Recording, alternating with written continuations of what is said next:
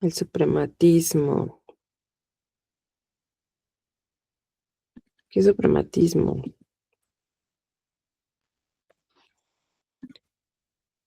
El suprematismo también lo vamos a estudiar.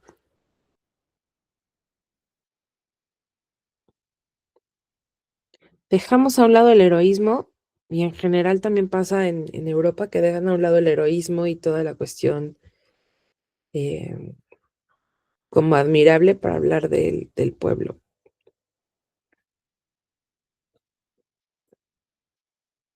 Terminamos 8:30 con esta actividad. Ya saben, toman captura y lo suben, por favor,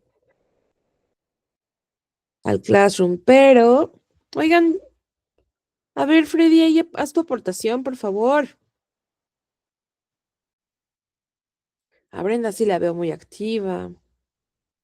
Lili, por favor, haz tu aportación a nuestro mapa mental. Ulises, por favor. Loki no sé usar Canva, como que no estoy ¿Cómo que no entendiendo sabes cómo. usar Canva? Pues aquí aprendes, órale, métase a Canva. No, o sea, estoy intentando agregar algo, pero no sé cómo. Acá, mira, te vas a elementos y en elementos puedes sacar así iconitos. En texto, pues sacas la caja de texto. Ahí donde dice agregar texto, agregar caja de texto. Y vas a agregar una cajita de texto por acá. Copia lo que encuentres que se te haga interesante y lo pegan acá. Así es en general, no es nada que tengan que, no. Así, vayan, busquen, así, Rusia, siglo XIX, arte ruso, siglo XIX, siglo XX. Dígamelo.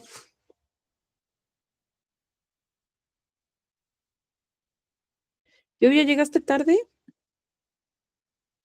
No, pues, hay que llegar temprano, Lluvia.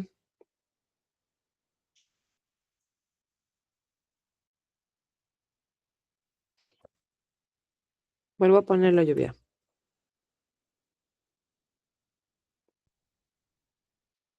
Ahí está.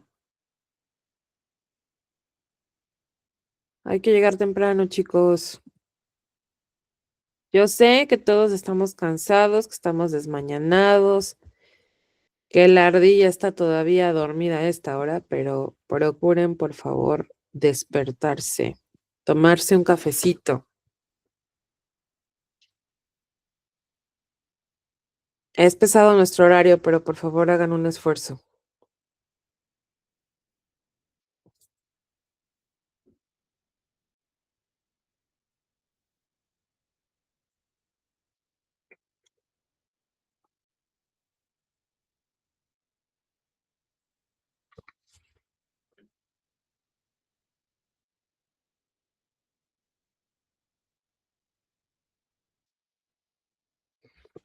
A ver, se los pongo en el WhatsApp.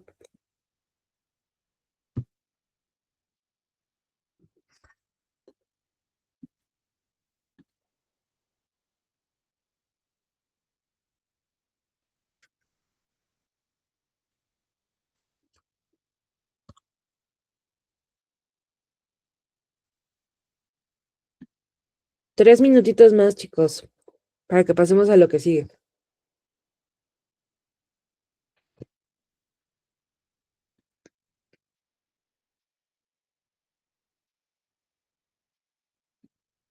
Miren, qué bonito les está quedando.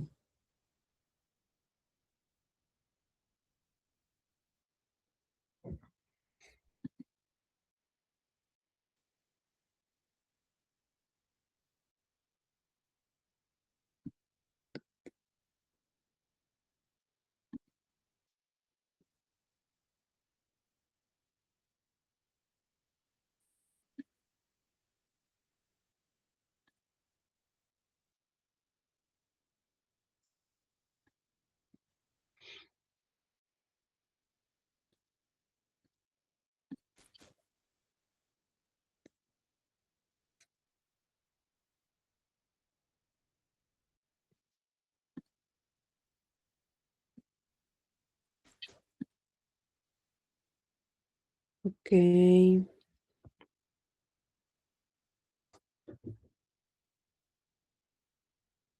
2 minutitos más y terminamos esta actividad.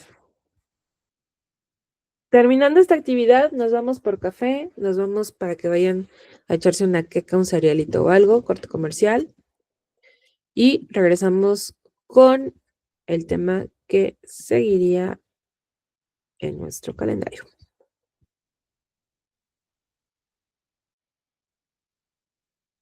Un minutito más y nos vamos a corte comercial.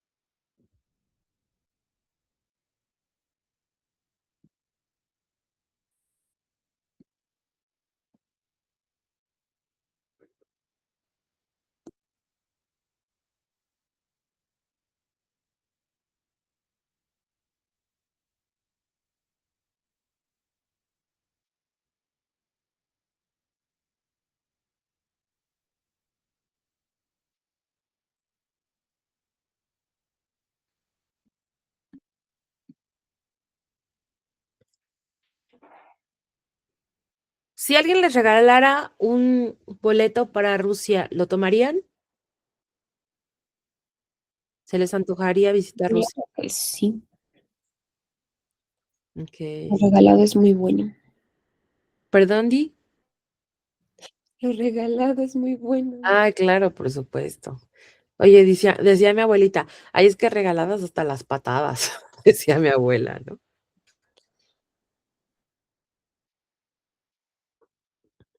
¿Les parecen guapos o guapas las rusas?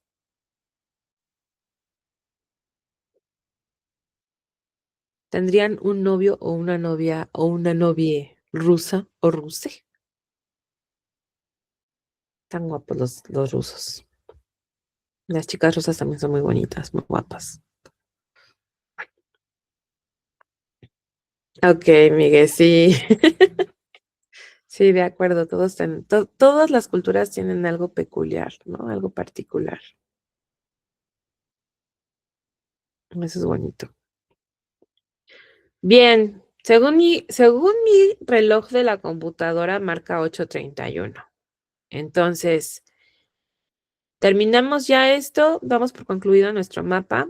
Tómenle un pantallazo, súbanlo a la asignación de trabajo en clase para saber que estamos aquí, que estamos trabajando. Vámonos a tomar un cafecito, hagamos un break, son 8:32 en mi reloj. Eh, Así que regresamos a las 8:45 para nuestra última hora de clase y que entonces yo les platique del tema de hoy, ¿sale? Porque este era tema de la clase pasada. Entonces, vámonos a desayunar, aprovechen sus tiempos. Ahorita nos vemos. ¿A qué hora regresábamos? Perdón. A las 8:45. Ok, Mi gracias. reloj marca 8:32. Hagan ahí la comparativa con su reloj. Como que vivo en un mundo paralelo porque a veces siento que no tengo el reloj de todos. Y 8:45. ¿Sale? Ahorita nos vemos.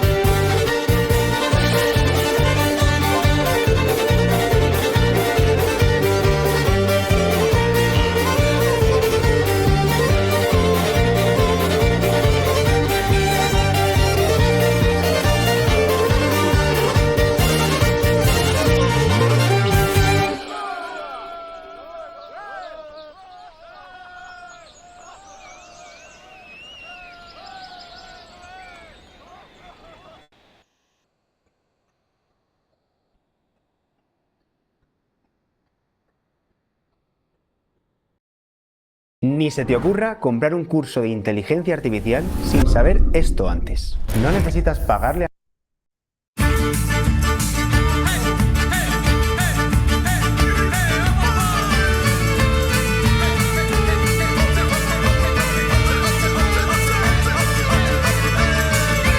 Полюбила я Штефана, полюбила м'яго, дайте ня, мамичко, дайте ня за нього, дайте ня за нього. Гея, гоя, ой, дайте ня, мамко моя. Гея, гоя, ой, дайте ня, мамко моя.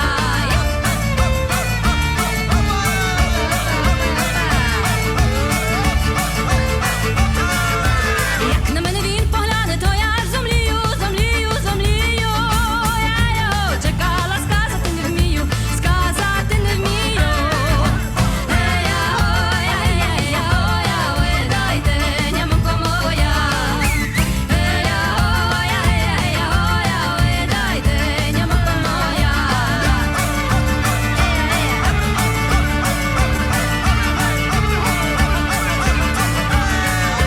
Бо я собі люба мам, коли б його вибрала. Бо я інших хлопців любити не знала. Ея, гоя, ой, дайте ня, мамко моя. Ея, гоя, ой, дайте ня, мамко моя.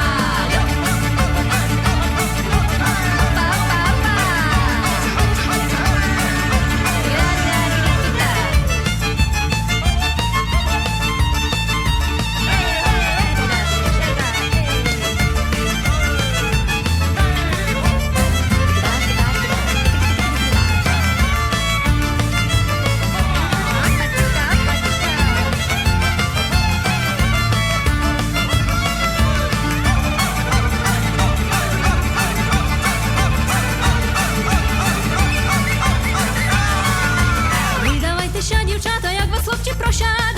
del siglo XX. Pero ¿qué pasa en estos siglos? La Pura guerra. tecnología, mande, dígame, Freddy. Pura Ojo. guerra. Pura guerra, exacto, pura guerra, pero también tecnología. O sea, el siglo XIX y el siglo XX traen pues la revolución tecnológica.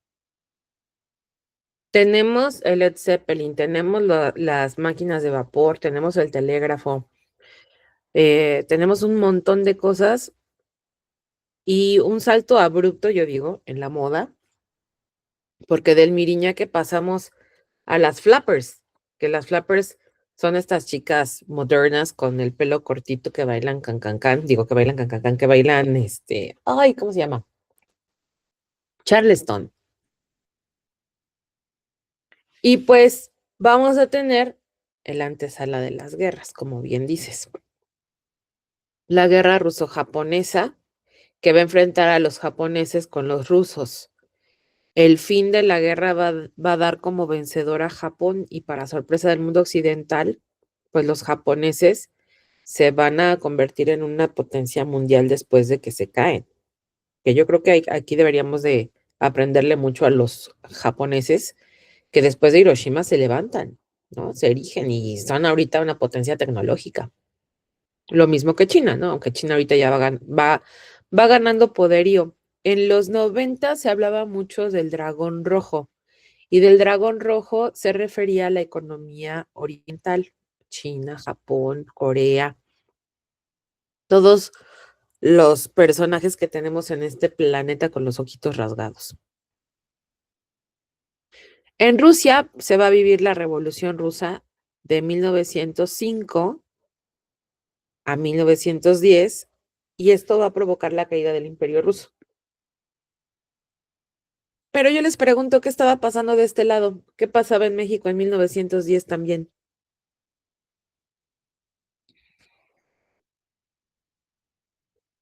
Dice Miguel, y resultó verdad. Es correcto.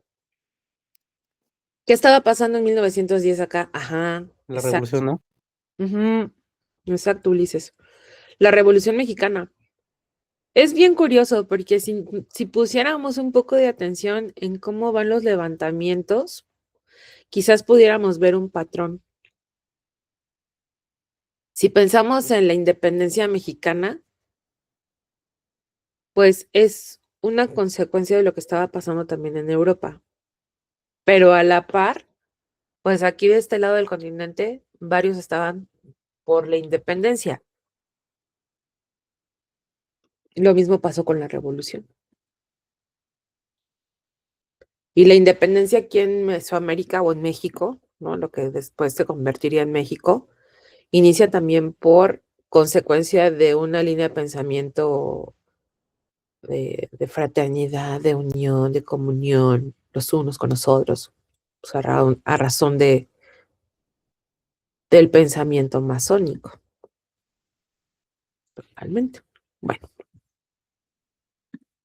En el siglo XX se inicia los adelantos tecnológicos. El automóvil va a ser uno de estos destacados adelantos tecnológicos. En América, Henry Ford va a ser el revolucionario de los automóviles que hasta la fecha, ¿no? Sigue siendo Ford parte de las marcas más importantes a nivel mundial. Pero Ford va a lanzar su modelo T en el siglo XX, que es como de los más importantes, y va a haber un cambio de motor ahí. El 17 de diciembre de 1903 los Wright hacen su primer vuelo de avión controlado. Y así, inventos geniales. Miren, este es el famoso modelo T y aquí está el señor Henry Ford. Por si no lo conocían, se los presento. Este es Ford. Nacidos fuertes, nacidos Ford, ¿no? Los Zeppelins, que se hacían los viajes con estas navesotas, que son la antesala a los ahora vuelos comerciales del avión. Que estas cosas tuvieron varios accidentes fatídicos, porque como estaban llenos de gas, pues imagínense, se incendiaban una chispa y adiós, cada boom. Los primeros aviones, cómo evoluciona el auto, de las carrozas y los carros jalados por carros a la máquina de vapor, que miren qué motorzote que se te desvielaba y ahí le llamabas al mecánico, o al ingeniero más bien, hasta lo que ahora tenemos en tecnología y pues más avanzado, los eléctricos, ¿no? Los carros eléctricos. Entonces todo esto empieza a desarrollarse en el siglo XIX, a finales de 1800, inicios de 1900. De las cosas que va a pasar en Europa es que, por ejemplo, Francia tendrá las ferias de tecnología. Esto ya lo habíamos platicado, ¿no? Cómo estaba la silueta, el vino que ibas por él, pero los congresistas, pero también todo el movimiento feminista para votar, etcétera, etcétera, que esto ya lo habíamos platicado, que es parte del siglo XIX-XX.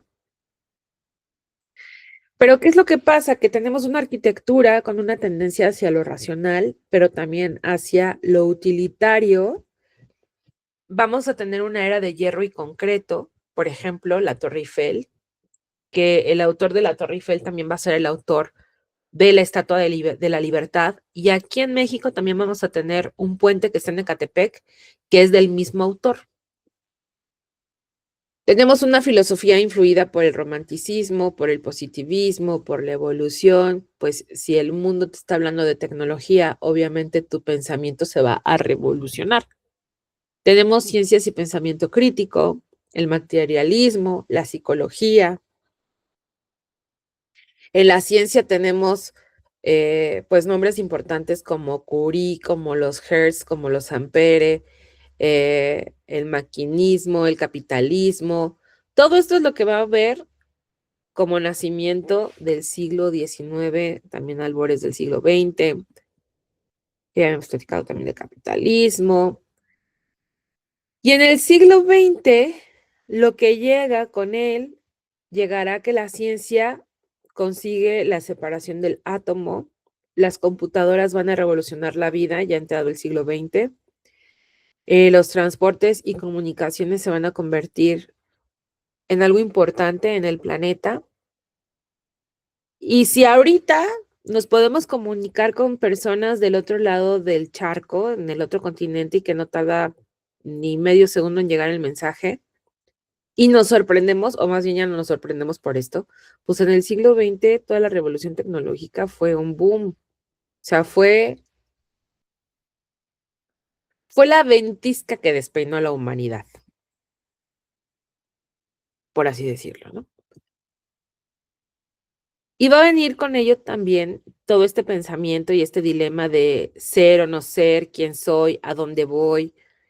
Hemos ganado libertad con tanto adelanto. A ver, aquí yo se los pregunto, los llevo a la reflexión. ¿A dónde creen que va la humanidad con tanta tecnología?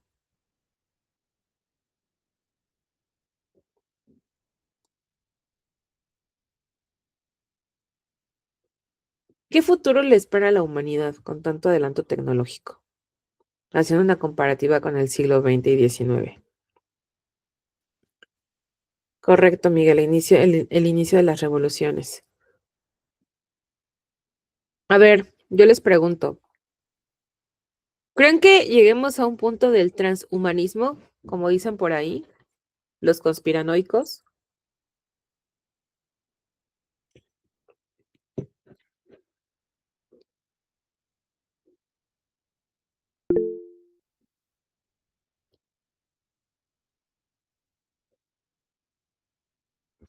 Correcto, Miguel, es mucho el adelanto tecnológico, pero en el siglo XIX-XX, chicos, no sé si ustedes llegaron a ver Metrópoli.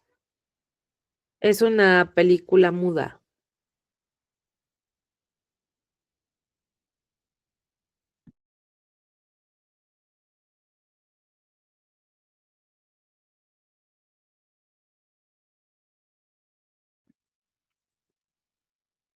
Porque Elon Musk, por ejemplo, está apostando mucho por eso, ¿no? Por el transhumanismo.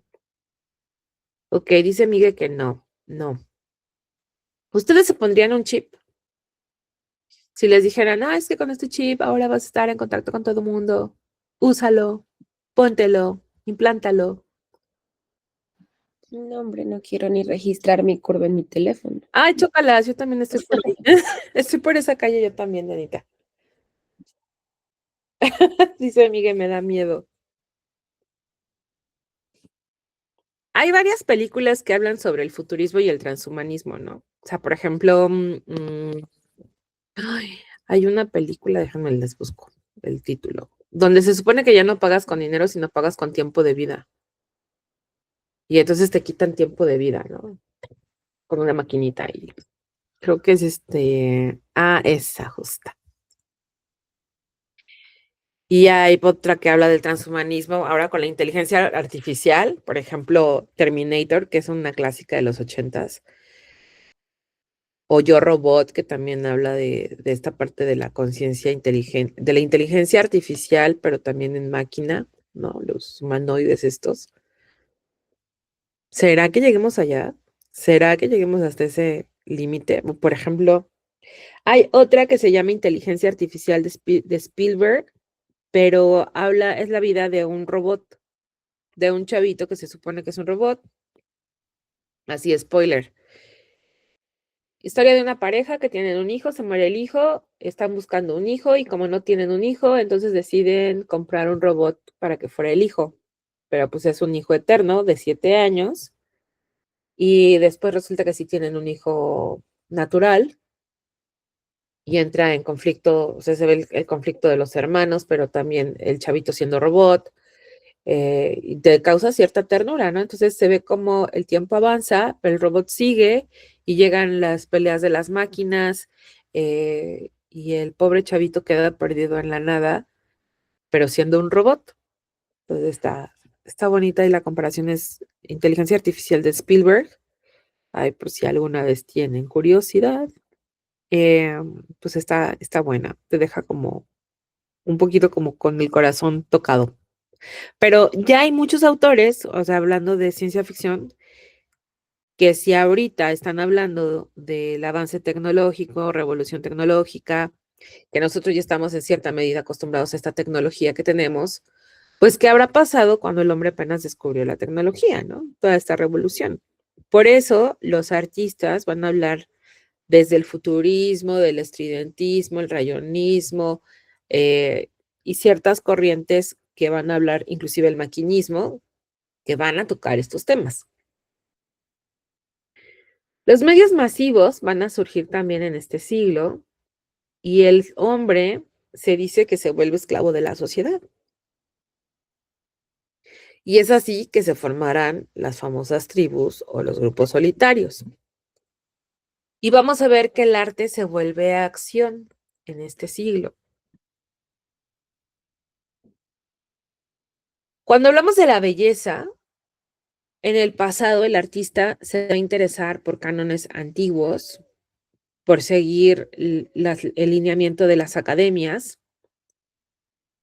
pero en este siglo, lo que les platicaba la primera sesión es que se le quita, por ejemplo, la técnica, se quita el lienzo, se quita el concepto y se deja nada más la pura experiencia artística, que era lo que platicábamos que pasó con la banana, ¿no? En la pared, el plátano en la pared.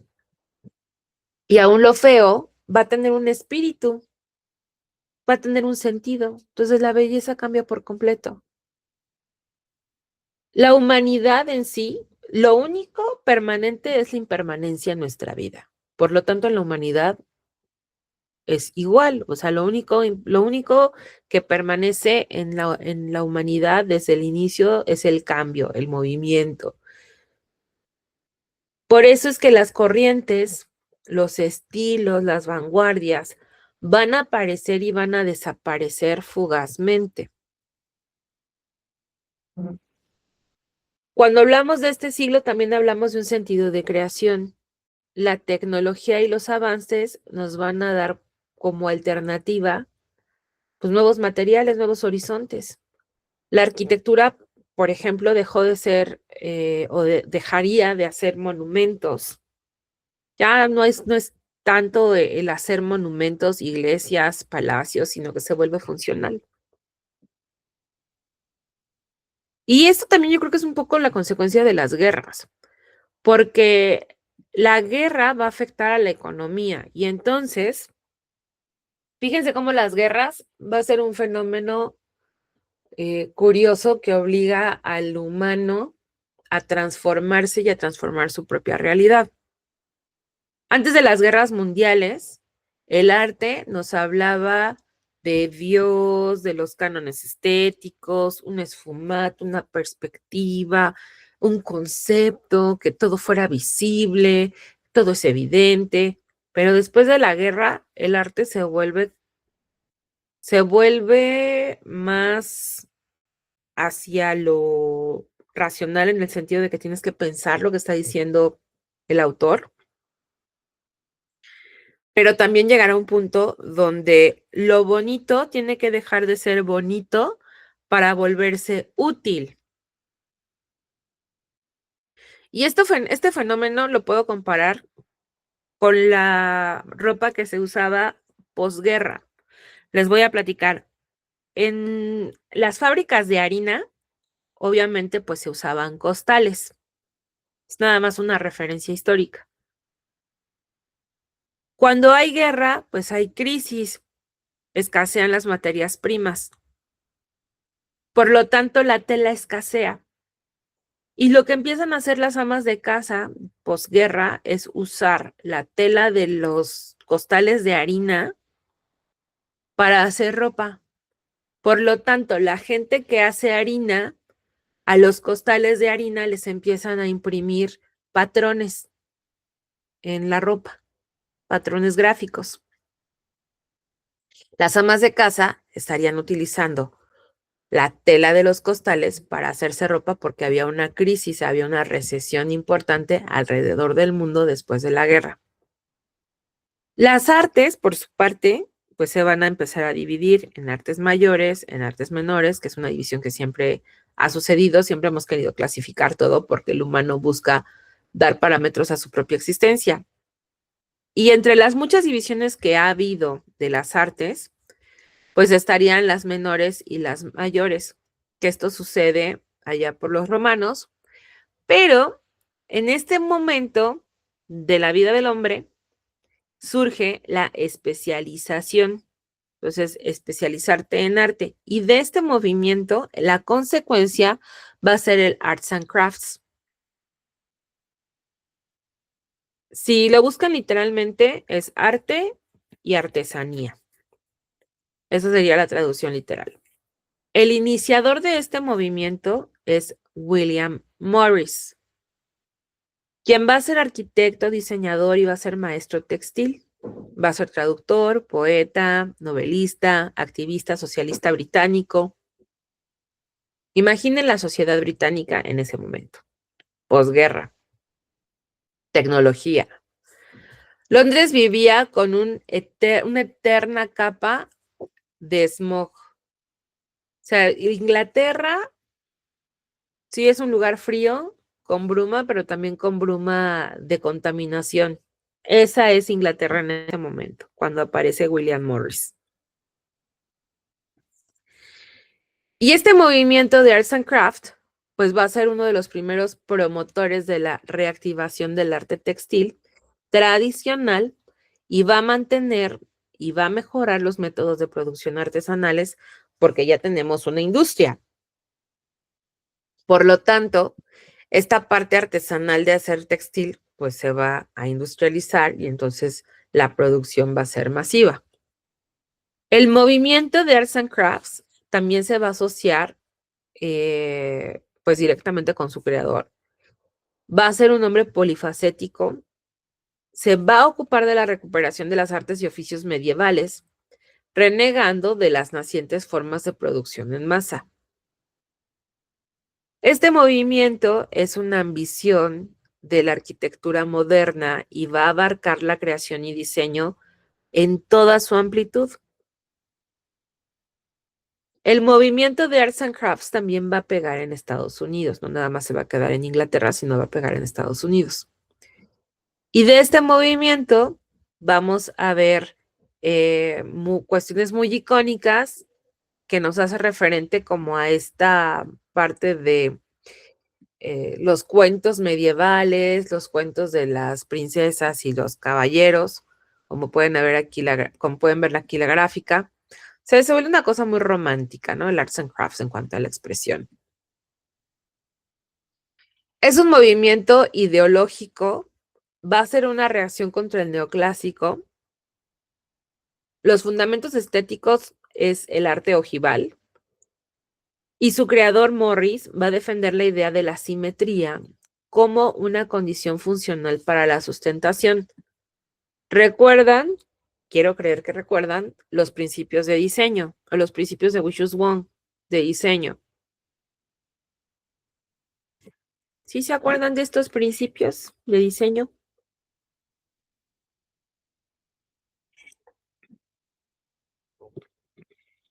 ¿No? Chicos, ¿no se acuerdan de lo que vieron con Wishus Wong? El diseño integrador. ¿Por qué es importante la simetría cuando diseñamos? Bueno, si te fijas en el rostro de la persona que más te gusta o que más te ha gustado en la vida y en el amor, te vas a dar cuenta que el principio de simetría, adelante Diana. Pues también como que le ayuda a que haya más uniformidad, como que para cuando nosotros percibimos cosas que son como simétricas, como que son como más llamativas y así. Exacto, Dianita. Cuando alguien te gusta, Diana, si te fijas en su cara y pusiéramos un espejo a la mitad, veríamos que es simétrica su cara. Cuando alguien es guapo, hermoso, bonito, te atrae, es porque es simétrico. Por ejemplo, la cara de Brad Pitt es muy simétrica.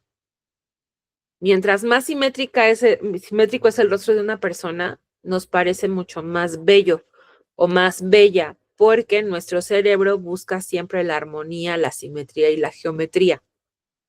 Eso es lo que busca nuestro cerebro naturalmente. Entonces, una persona que no está muy simétrica, que digamos, pues no está tan bonita que digamos, porque va de la mano del principio de geometría. Y eso es lo que buscaba el Arts and Crafts, o lo que defendía el creador del Arts and Crafts, el Morris. Y entonces apuntaba que aun cuando los obreros trabajaban en colectivo, también deberían tener o poder poseer una casa diferenciada.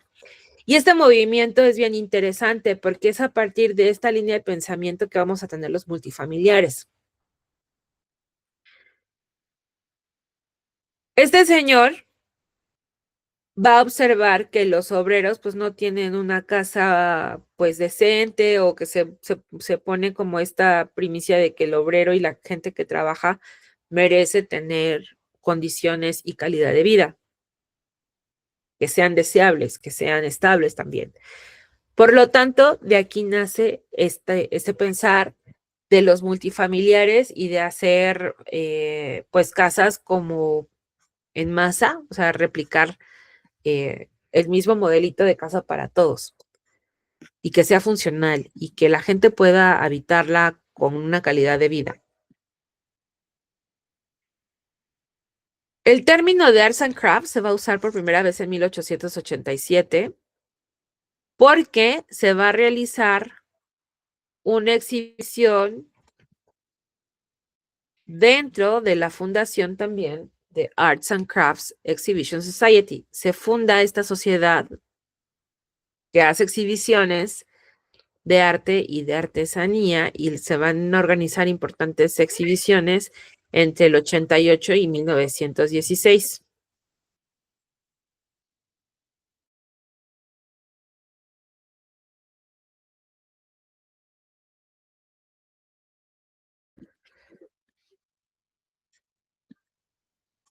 El movimiento de Arts and Crafts va a estar ligado al diseño, a las artes decorativas y les decía, se va a extender en América, se extiende también hacia lo que es Japón, Europa. Sus ideales y la preocupación por los efectos de la industrialización del diseño también pues va a golpear en lo que es el saber, la vida cotidiana. Lo que se busca es que los objetos, aquí es cuando hablamos de la primicia de que la función sigue a la forma. Primero es la función, primero es que funcione, primero es que me sirva y después que se vea bonito lo que yo haga. Eso es lo que buscaba el Arts and Crafts. Déjenme paro aquí la presentación. Aquí, aquí, ok, rápido. En cuanto al contexto histórico, tenemos el siglo XIX y el siglo XX, que tenemos la revolución industrial en el XIX y el XX, que es la Primera Guerra. Este inter entre el XIX y el XX, vamos a ver o observar varios fenómenos. Los artistas salen buscando refugio. Por tema de la guerra, el hombre tiene que buscar alternativas de producción. Tiene que buscar la manera de vivir mejor después de la guerra.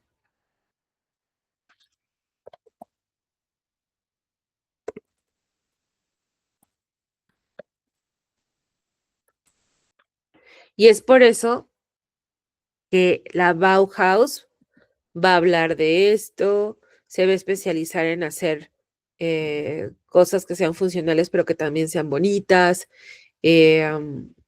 Vamos a ver que los artistas son reactivos con lo que está pasando en la sociedad, con las guerras, con la posguerra.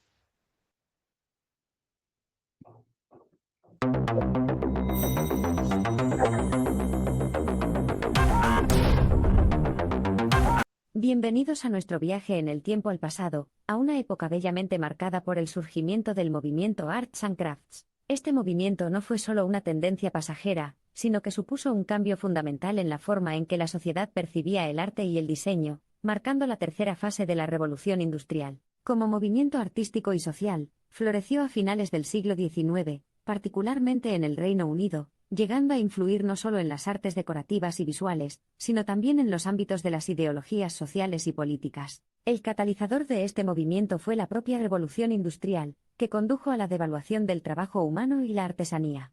Los artesanos se vieron reemplazados por máquinas y líneas de montaje, lo que generó una creciente sensación de distanciamiento entre los productores de bienes y los productos mismos. Una de las figuras fundamentales de este movimiento fue William Morris, un hombre de muchos talentos e ideas revolucionarias. William Morris fue un diseñador textil, poeta, novelista, traductor y activista socialista inglés, entre otras cosas. Sin embargo, es mejor conocido por su inmensa contribución al movimiento. Impulsado por un profundo descontento con los productos de la fabricación industrial, buscó volver a los métodos artesanales, utilizando formas más simples y patrones medievales. Surgida en torno a 1880, Arts y Crafts fue la corriente dominante en la artesanía y el diseño británicos hasta vísperas de la Primera Guerra Mundial. Su influencia atrajo a una nueva generación de arquitectos, diseñadores, artistas y artesanos que defendieron un estilo de vida sencillo e inspirado en la naturaleza a través de objetos domésticos caracterizados por su calidad, funcionalidad y el respeto a la autenticidad de las técnicas y los materiales. Este movimiento fue, en gran parte, una reacción contra el declive percibido de los estándares durante la era industrial. Morris y sus compañeros creían que la utilidad, la belleza y la moralidad podían combinarse en el diseño moderno. Abogaron por un nuevo tipo de artista, uno que fusionara espíritus creativos con habilidades prácticas, y que sirviera a la sociedad creando artefactos ornamentados pero útiles. El movimiento Arts and Crafts también dejó una huella duradera en el ámbito educativo, estableciéndose numerosas escuelas y talleres dedicados a enseñar las artes y la artesanía, como la Escuela de Arte de Glasgow. Estas instituciones no solo fomentaron la habilidad técnica, sino que también promovieron una apreciación profunda por el valor del trabajo manual. Además, el movimiento influyó en la inclusión de las manualidades en los currículos educativos, promoviendo habilidades prácticas y creativas desde una edad temprana, y asegurando que las futuras generaciones comprendieran y valoraran la importancia de la artesanía. Desde textiles hasta papeles pintados, desde muebles hasta joyas, Morris y sus seguidores crearon varios productos con una estética de diseño unificada que enfatizaba la simplicidad, la función y la artesanía.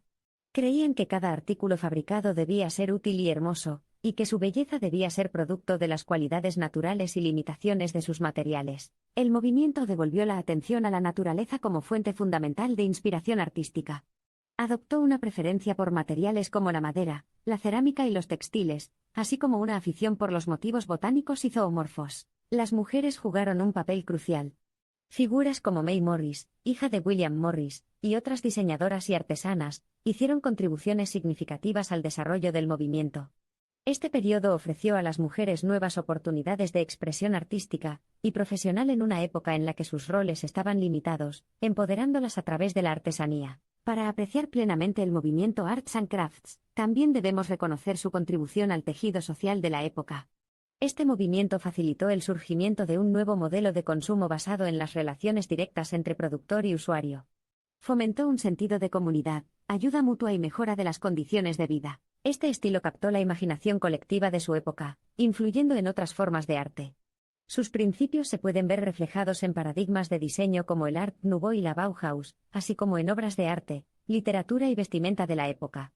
Autores como John Ruskin también contribuyeron considerablemente a los diseños textiles del movimiento a través de sus instructivos trabajos. Esta corriente también se extendió a la industria cinematográfica, inspirando piezas y dramas de época que buscaban recrear fielmente el esplendor y el encanto de esa época.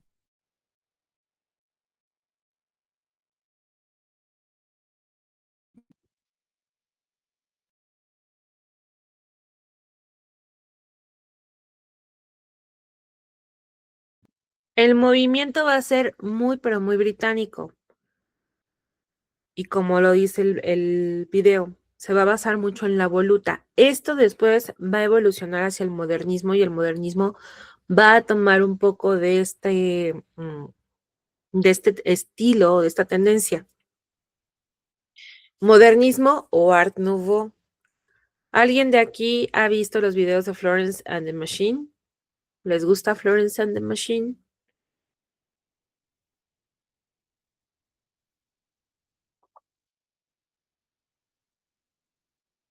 Dice Dianita que no sabe.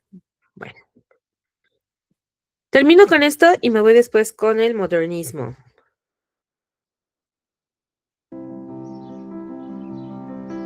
En mi charla, pienso en el movimiento de las artes y oficios, en diseñadores y artistas como William Morris y Philip Webb, y en cómo utilizaron su diseño y su arte de una manera que esperaban que cambiara la sociedad que los rodeaba como resultado de la revolución industrial.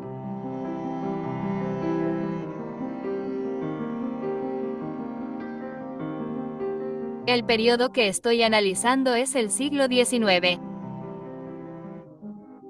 Todavía éramos un país dominado por la agricultura y en poco tiempo, 30 años, pasamos de las granjas a las fábricas y, como resultado de ello, el trabajo de la gente común cambió por completo. Así que se dedicaban a trabajar en fábricas que producían más de lo que podían necesitar para vender. Pero como reacción a eso, vimos que los ricos se hacían mucho más ricos en Inglaterra, pero los pobres se hacían mucho más pobres, y a este mundo llegaron estos artistas y diseñadores que querían hacer algo al respecto, y el movimiento de las artes y oficios fue en gran medida una reacción al mundo de los pobres. Se trata de honestidad. Consideraban que los productos fabricados en fábrica eran deshonestos y falsos, y querían crear objetos que reflejaran la artesanía manual y que celebraran el proceso de creación de arte y diseño.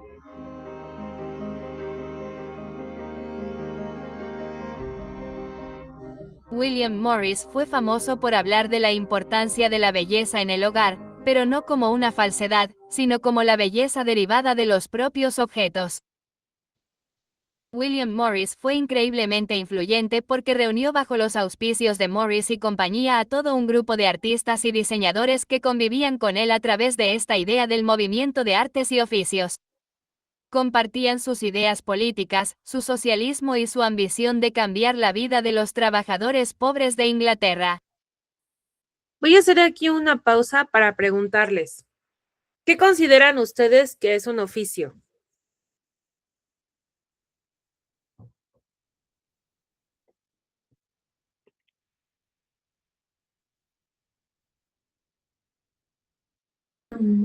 Pues, no sé, podría ser una ocupación, un cargo, algo así. Un trabajo para el que no estudias. Tipo, no sé, un pollero o así. Ok, sí, es una ocupación, como dice Diana, como dice Freddy, es algo para lo que no necesitas estudios. Ahora, ¿qué oficios artísticos ustedes consideran que pudieran existir en esa época? Sí, Miguel, también. El ejercicio de una técnica como una forma profesional. Aunque no es netamente profesional porque no te capacitaste, ¿saben? O sea, los oficios no es, la gente que tiene un oficio no es alguien que tenga un título. ¿Qué oficios artísticos consideran ustedes que en la época pudieron existir?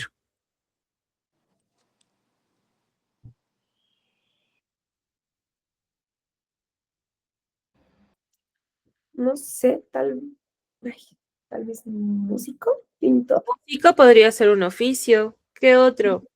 un pintor, tal vez también.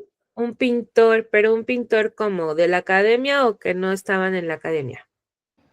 Ah, bueno, sí. No, yo lo pensé más como que no está. Piensen en todos aquellos que no fueron a una academia. ¿Qué oficios pudieran ser artísticos o que tuvieran una referencia con el arte? La carpintería. Carpintería, exacto. ¿Manda lluvia? El bordado, exacto, eso también era un oficio. Los que trabajaban en las máquinas de impresión. Sí, sí podrían ser un oficio los impresionistas, pero no los Las impresionistas maquiladoras. de profesores, perdón, de maestros artistas, sino más bien los impresores, no los impresionistas, perdónenme, los impresores. Perdóname, Freddy. ¿Los? Los que maquilaban la ropa. Sí, porque no eran los diseñadores propiamente. ¿Qué más se imaginan que podrían ser ¿Los zapateros? Los zapateros es un oficio exacto. Entonces, fíjense cómo teníamos, y habían varios oficios, los zapateros, los ebanistas, los constructores, que no eran propiamente arquitectos, los bordadores, todos estos van a ser oficios. Por eso se le llama el movimiento de arte y oficio. Cuando llega la Bauhaus, lo que va a hacer la Bauhaus es que va a profesionalizar a todos estos cuates y entonces los va a empezar a enriquecer con diferentes ramas de conocimiento para justamente lograr la profesionalización de los oficios. Esa es la transformación que nos va a dar el siglo XIX y XX gracias y a través de este movimiento del Arts and Crafts. Una de las partes más importantes de Morrison & Co. y el espíritu que lo sustentaba era la idea del aprendiz y el sistema gremial, y se remontaban a una práctica medieval en la que las personas trabajaban juntas para fabricar las cosas que necesitaban en lugar de cosas para vender, pero tenían que tener un propósito, una función. Por lo tanto, no podía ser que las miraras y dijeras, bueno, es algo encantador, tenían que usarse para algo. Creo que si miro hacia atrás, todos los objetos que veo, desde la tetera Benson hasta las telas utilizadas en las cortinas, respondían a una necesidad práctica. Le voy a parar ahí tantito, porque habla de los gremios medievales. Cuando hablamos de medioevo, vamos a hablar, por ejemplo, de los masones o de los Freemasons, que van a ser los gremios de constructores de las catedrales. Así va a pasar con todos los oficios en la Edad Media. Se van a agremiar las personas y eso lo vamos a ver también reflejado, por ejemplo, en los sindicatos.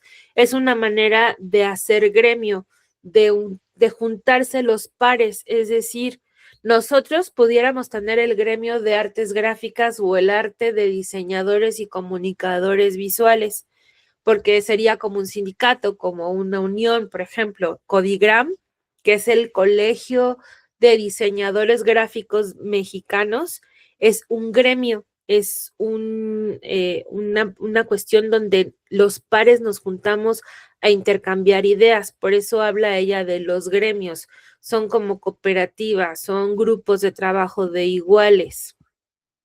Tanto en la casa victoriana, este es un espacio frío, por lo tanto, se necesitaban cortinas gruesas forradas para bloquear las ventanas, y una de las cosas que vemos en esta casa son las cortinas utilizadas en las paredes y los paneles porque mantendrían el calor dentro.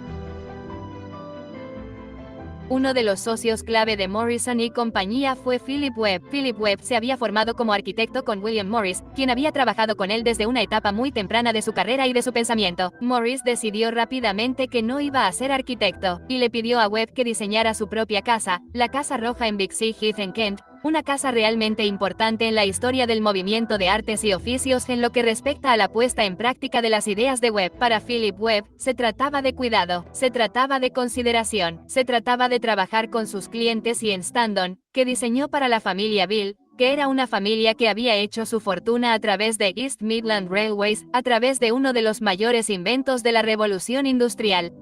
Les diseñó una casa de campo familiar. ¿Quieres un trabajo gratificante, a distancia y bien pagado? Consíguelo con Triple Ten.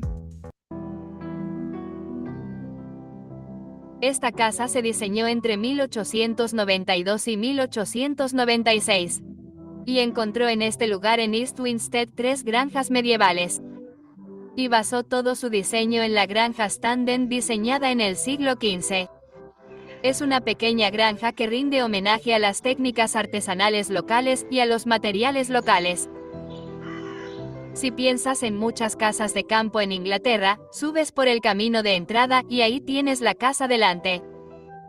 Cuando llegas a Standon, lo primero que ves es la granja y un granero, una gran granja, y tienes que pasar por delante de ellos y cruzar un arco.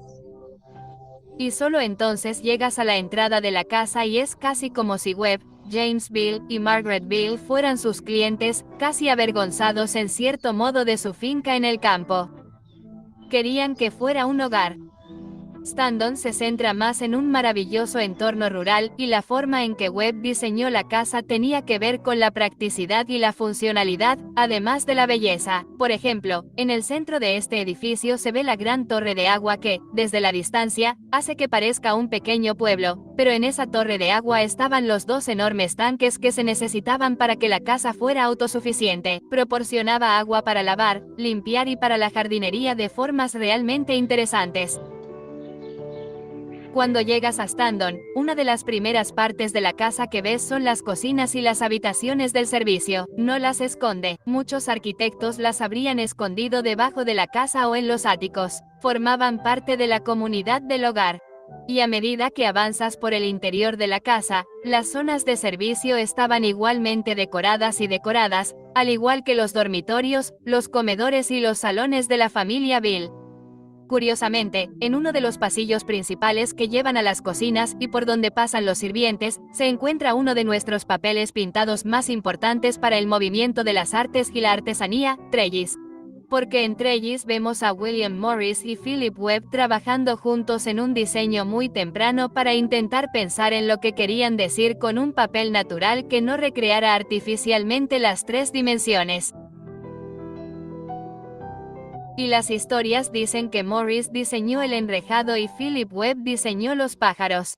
Así que en ese trozo de papel pintado, vemos lo importante que era esta colaboración en la que estaban pensando en sus ideas políticas y estéticas trabajando juntos. Aquí, en el salón de Standen, podemos ver ejemplos de muchos de los diferentes diseñadores y artistas que trabajaron con Morris & Co. Así, podemos ver el trabajo de Wos Benson, que es un importante trabajador del metal. Podemos ver diseños de William de Morgan, que era un trabajador de la cerámica, y tanto en el trabajo de Benson como en el de Morgan, los vemos aprendiendo del pasado en términos de técnicas artesanales, martillando cobre, haciendo que el lustre, el desgaste y el soporte sean increíblemente importantes en la historia de la iluminación. Esta fue una de las primeras casas construidas con electricidad incluida. Y en las luces que vemos a Philip Webb diseñando para Standon, vemos esta relación entre uso y belleza porque lo que Webb intentaba hacer era producir diseños basados en ideas naturales que realmente funcionaran con esta nueva tecnología. También en la sala vemos una de las piezas de mobiliario más importantes de Morris & Co., la silla Morris. La silla Morris en sí misma tipifica a la perfección todas las ideas de las que hemos estado hablando en términos del movimiento de artes y oficios. Era un objeto que se había encontrado en una granja histórica, así que observaron un diseño histórico y lo convirtieron en un diseño del siglo XIX y se hizo increíblemente popular. Vemos objetos que fueron diseñados por varios de los hombres que trabajaron con Morris & Co. Pero también en el centro de nuestra historia hay algunas diseñadoras muy importantes que, sin embargo, durante muchos años no han aparecido en las historias de la empresa Morrison. Por ejemplo, Agnes y Roa Garrett. Las primas Garrett fueron increíblemente importantes en la historia del diseño porque fueron las primeras mujeres decoradoras profesionales. Formaban parte de una familia más amplia de mujeres que incluía a Elizabeth Garrett Anderson y Millicent Forsett. Eran personas que realizaban por primera vez trabajos que no se consideraban propios de una persona de clase media. Y aquí vuelvo a hacer una pausa. Creo que esto ya lo había comentado en la sesión pasada. Cuando los hombres se van a la guerra, la mano de obra masculina pues va a caer. Se va a volver escasa. Por lo tanto, quienes quedan para ir a trabajar, pues son las mujeres y son los niños y quizás también en algunas ocasiones los ancianos, las personas de edad pues ya mayor. Es así que a la falta de una producción o una mano de obra masculina, se tiene que hacer que la mujer también se involucre en las partes económicas, en la producción económica. De por sí las mujeres siempre hemos tenido las mismas capacidades de producción que un hombre en cuanto a idea, producción, hacer cosas. Yo sí creo en que no somos iguales, sino que somos complementarios. Somos diferentes. Sin embargo, esto no nos impide a buscar un camino de equidad, no de igualdad, de equidad, donde se tengan los mismos derechos, lo mismo que las mismas obligaciones, con diferentes visiones porque somos diferentes inclusive anatómicamente. Ya las cuestiones de género y de preferencias, pues ya eso es una cuestión personal, pero anatómicamente creo que somos distintos anatómicamente, pero somos complementarios. Pero eso ya es punto personal. Ahora, en cuanto a lo laboral, pues sí es importante la mano femenina inmersa en los sistemas de producción y sobre todo en esta época donde estamos hablando de una posguerra. Las mujeres de clase media estaban destinadas a quedarse en casa y la riqueza y el éxito de sus maridos se identificaban en gran medida con el hecho de que sus mujeres pudieran estar en casa. En Standon tenemos varios ejemplos de muebles producidos por las primas Garrett, incluido un armario en la sala de estar. Estos son los únicos objetos que sabemos en este momento que diseñaron los Garrett y que aún existen en Inglaterra. Estoy seguro de que ahora encontraremos más, realmente los estamos buscando, pero por el momento, estos son los únicos que conocemos. Gracias a este movimiento y la apertura que se tiene con respecto a las féminas, es que llegada la Bauhaus, las mujeres también van a incursionar en el diseño y vamos a tener nombres de mujeres muy relevantes en cuanto al diseño industrial dentro de la Bauhaus. Si tienen oportunidad, por favor, vean los links que les dejé sobre la Bauhaus para que vayamos teniendo de dónde cortar, tela de dónde cortar con respecto a la Bauhaus. Por lo tanto, lo que fue el Arts and Crafts nos va a dar también por consecuencia al modernismo. Y antes de irme para acá, les quiero enseñar los videos que les mencionaba de Florence and the Machine. En general, la gráfica de Florence es muy Art Nouveau. Va muy de la mano con el Art Nouveau, ahorita lo van a ver. Fíjense cómo es el arte de la Florencia y la máquina. Espérame.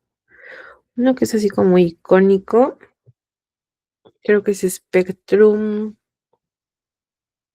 Podríamos decir que es Spectrum. Si se fijaron en los detalles y pusieron atención en los detalles de la tapicería del último video que les compartí sobre el movimiento de Arts and Crafts, ¿cómo dirían que es? ¿Es muy romántico? ¿Es muy medieval? ¿Cómo lo verían?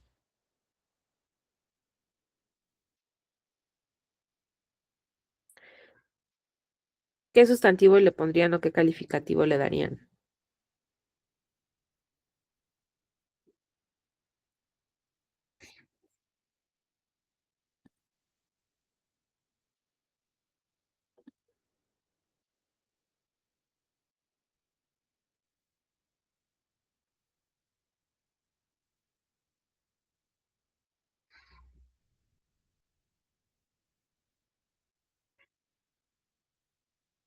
¿No?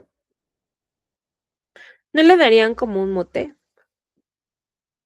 o un calificativo al detalle de la tapicería? Ah, ok, con muchos elementos distribuidos. Bien. ¿Tendrán a la mano la lectura de Philip Mex, del libro de la historia del diseño? ¿Lo tienen a la mano? Historia del diseño gráfico de Philip Mex. ¿Lo tienen por ahí?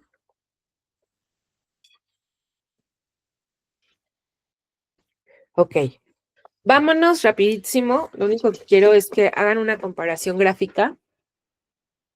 Ahorita les comparto el capítulo.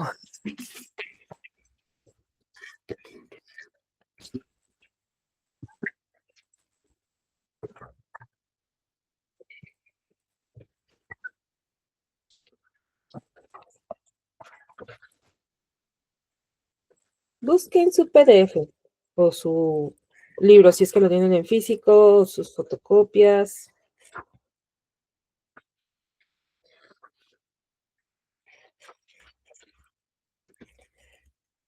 Si tienen el libro físico sería en la 247 y también sería... pues la 225 que habla justamente de movimientos de artes y oficios, es el capítulo 13.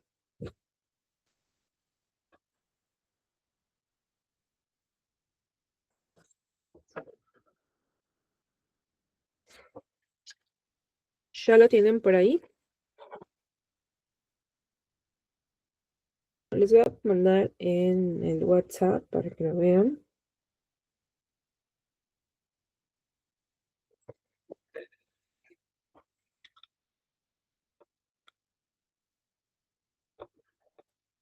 Fíjense en el WhatsApp cómo todo es muy natural, o sea, todo está muy como floreado. Les estoy mandando, Miguel, por el WhatsApp las fotos. Pero observen los motivos.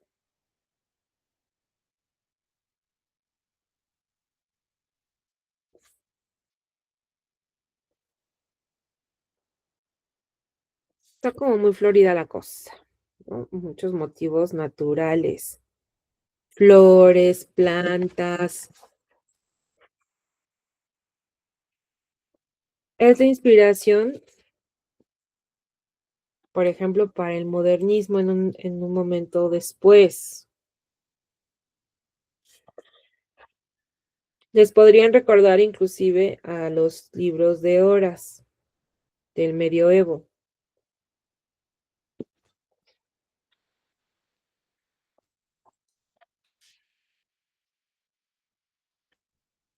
Esto lo pueden encontrar ahí en el PDF o en el libro que está físicamente ahí en la escuela.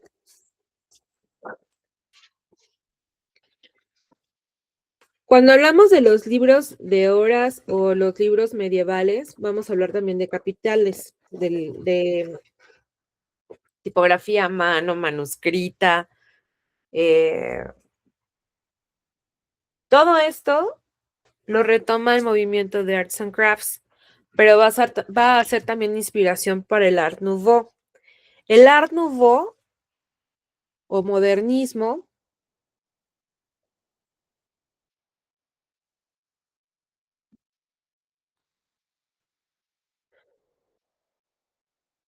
va a ser un movimiento artístico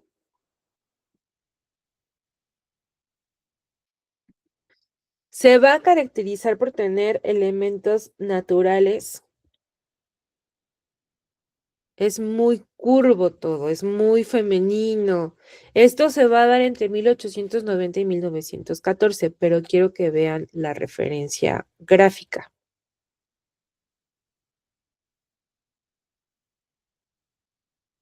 Se supone que estas son las 4 estaciones.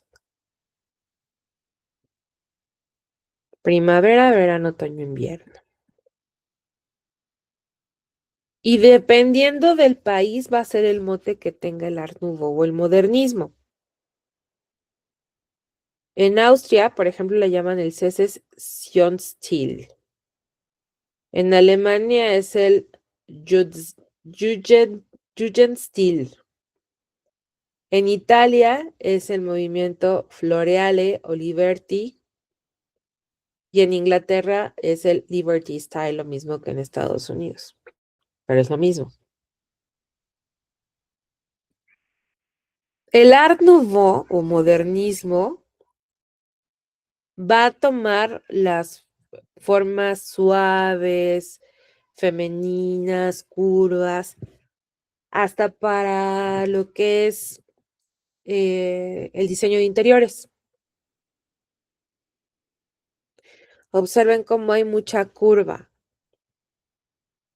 hay mucha voluta, todo es femenino, natural, como muy romántica la cosa.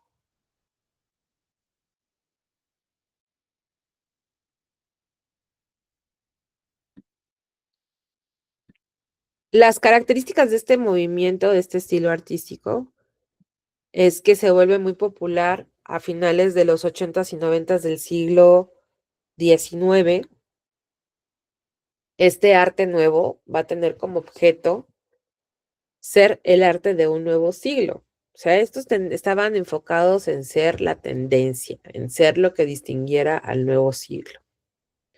Los artistas, los diseñadores, los arquitectos van a rechazar a la industrialización totalmente y van a defender la artesanía. Por eso es que va de la mano con el arts and crafts, porque van a defender esta parte de lo artesanal, de lo hecho a mano, van a imitar formas orgánicas naturales. En la exposición de 1900 ahí en París, se va a suponer la internalización del Art Nouveau, convirtiéndose en un símbolo de lujo y de modernidad. ¿Qué pasa en París? Hay un recinto que justo se los puse en los links ahí en la agenda que tenemos en nuestra bitácora. Hay un recinto allá en París. Les voy a llevar tantito a París. Sí, muy rápido, vamos a París. Que es el recinto donde se hace la exhibición es una feria de tecnología que se hacía en los 20 ahí en París.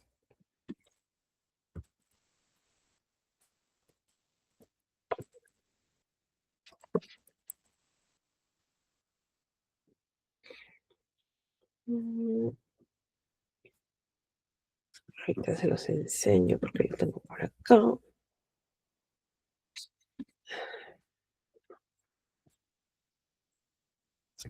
Me localizó el video. Aquí está. Es el Gran Palacio.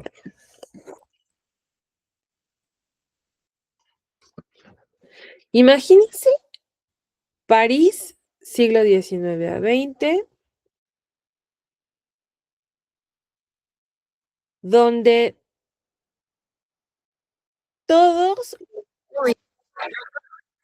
toda la gente que tenía avances tecnológicos llegaba a París a mostrarlo y a presumirlo, porque París se volvió el centro de tendencias, tanto de arte como de tecnología, de ciencia, o sea, todo el mundo se quería ir a París. Actualmente, si yo te digo diseño, ¿a dónde te gustaría ir a ver arte o diseño? ¿Cuál sería la capital del diseño en este momento, chicos? Para ustedes.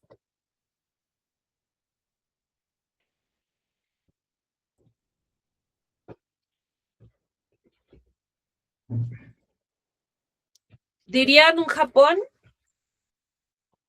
¿O dirían un Corea? ¿Qué feria de tecnología les gustaría visitar? Que sea súper popular para ustedes ahorita.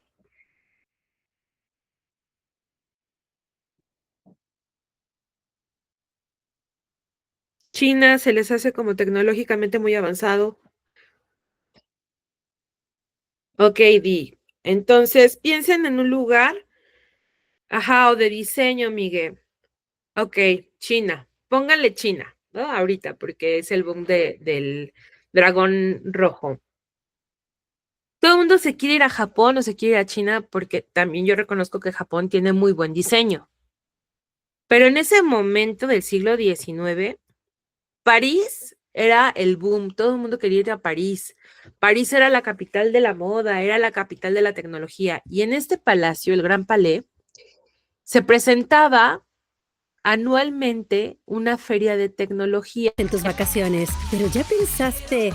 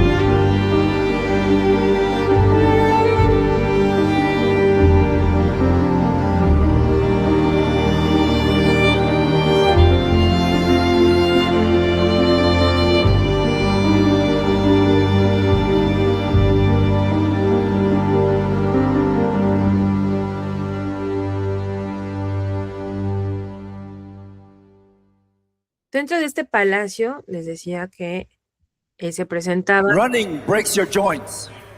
Tai Chi builds them back. Se presentaban las ferias de ciencia y de tecnología. Así rápido para que vean cómo es por dentro el palacio. Y entonces llegaban y aquí presentaban todos los avances tecnológicos del siglo XIX y del siglo XX.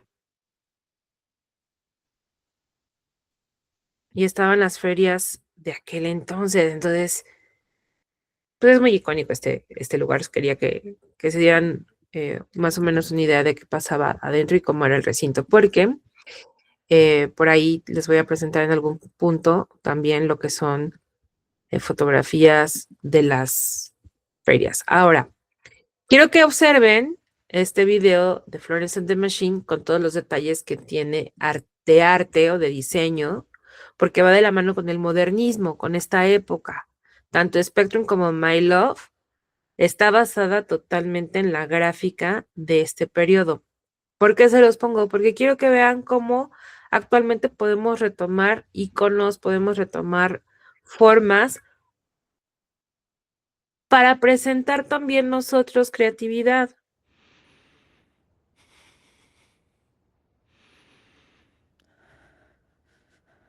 Y ya con estos dos videitos nos despedimos el día de hoy.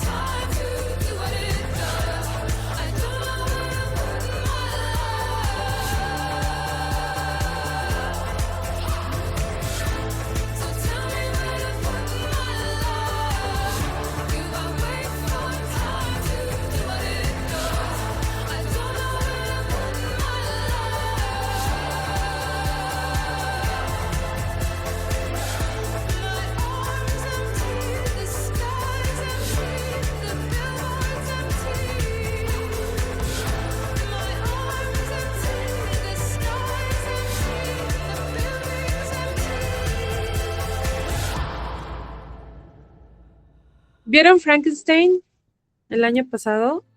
¿Pudieron ver Frankenstein de Guillermo del Toro?